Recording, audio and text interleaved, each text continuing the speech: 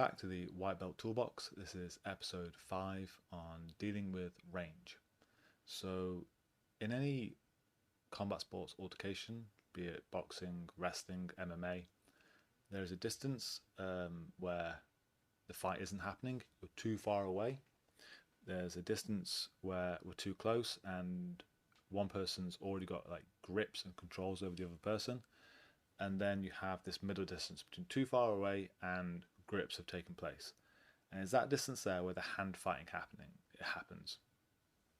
So that is one of the most important parts of Jiu-Jitsu.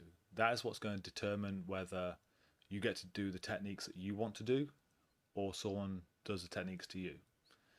Whoever has control over the other person's hands, whoever can control the hands or block the hands and then move through that distance to get the control grips, is the person who's going to win the exchanges and do their techniques.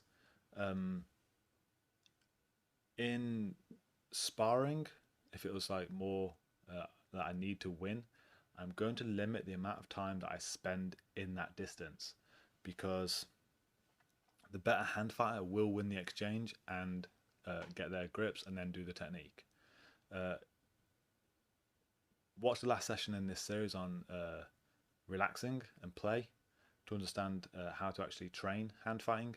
But please, whenever you learn techniques, sweeps or submissions, especially from guard, take into consideration that if your hand fighting isn't good, you will not get the techniques you want when it comes to sparring, because you will not be able to actually get these controls and then inflict the technique. The better hand fighter will win this exchange. If the person on top, when you're trying to do a sweep or something, is controlling your hands and not letting you use them, you've got no ability to then inflict the technique on them. The thing that you use predominantly as a human, the thing that has the most dexterity, they have taken away from you.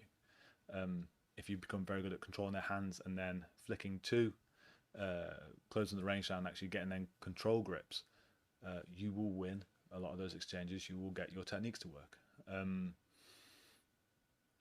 It's something definitely to focus on. Do not assume that your techniques that you learn are gifted to you. The better hand fighter will always win in those exchanges. So spend some time on your hand fighting. Flick through to the last episode of this series to understand what I mean more about that.